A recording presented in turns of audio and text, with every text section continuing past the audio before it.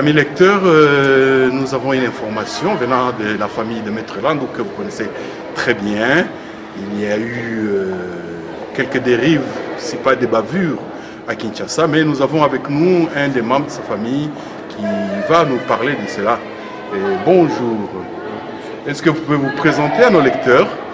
Je me nomme David Massamba. Je suis neveu de Maître Marie-Thérèse Landou. Oui, il y a eu quelque chose contre les membres de votre famille, me semble, à Kinshasa. Exactement, exactement. Monsieur Massamba, est-ce que vous pouvez nous rappeler l'adresse où a eu lieu cet incident? C'est dans le quartier Mamayemo, dans la commune de Mongafoula, exactement. Et vous pouvez décrire un peu plus en détail qu'est-ce qui s'est passé? Bon, d'après les informations que nous avons reçues, vers 1 h du matin exactement, les policiers armés sont arrivés, ils ont fait irruption dans le domicile de Maître Landou, comme j'ai dit tantôt. Et sans motif officiel, je dirais, sans mandat d'arrêt officiel, ils ont saccagé, fouillé la maison et en fin de compte ont pris avec eux tous les hommes de la maison, dont notamment mon frère Ginkoko qui était présent, et le gardien de la maison et 2 autres membres aussi de la maison. Au moment où nous parlons, est-ce que vous pouvez savoir où ils peuvent se trouver? Malheureusement pour nous, nous ne savons exactement pas où ils se trouvent, où ils sont détenus et pour quelles raisons officielles. Donc nous sommes vraiment dans une inquiétude totale, je dirais dans le chaos, parce que nous ne savons pas où ils ont été déportés, où ils sont détenus en ce moment, parce que c'est une détention, je dirais. Et si vous aviez un message aux autorités de la police qui, logiquement, devraient être impliquées, quel message pouvez-vous leur adresser en ce moment? Le message principal, c'est que mon frère, en la personne de Ginkoko, c'est une personne apolitique, donc il n'a jamais exercé d'activité politique. Et pour sa part, il est malade, il est souffrant. Et simplement, je veux dire aussi qu'ils arrêtent de se lancer à une chasse aux sorcières.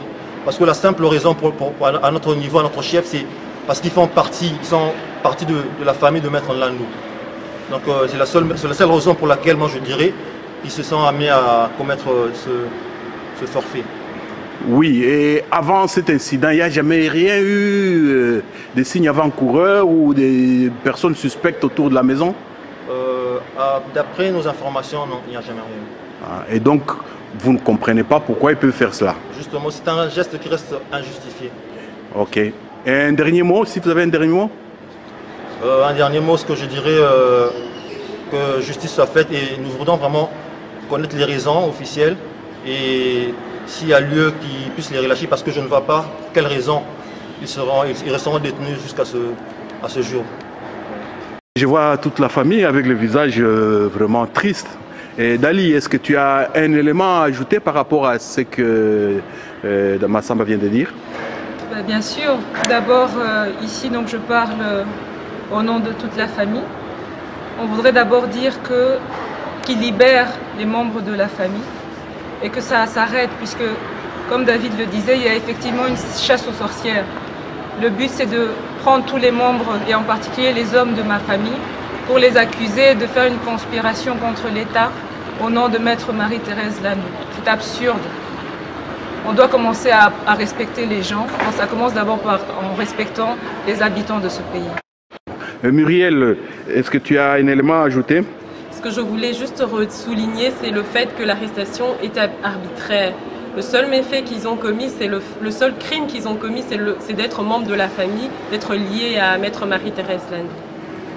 Bien, je vous remercie. J'espère que le message sera entendu et que ceux qui sont à la base de cette bavure puissent donc réparer.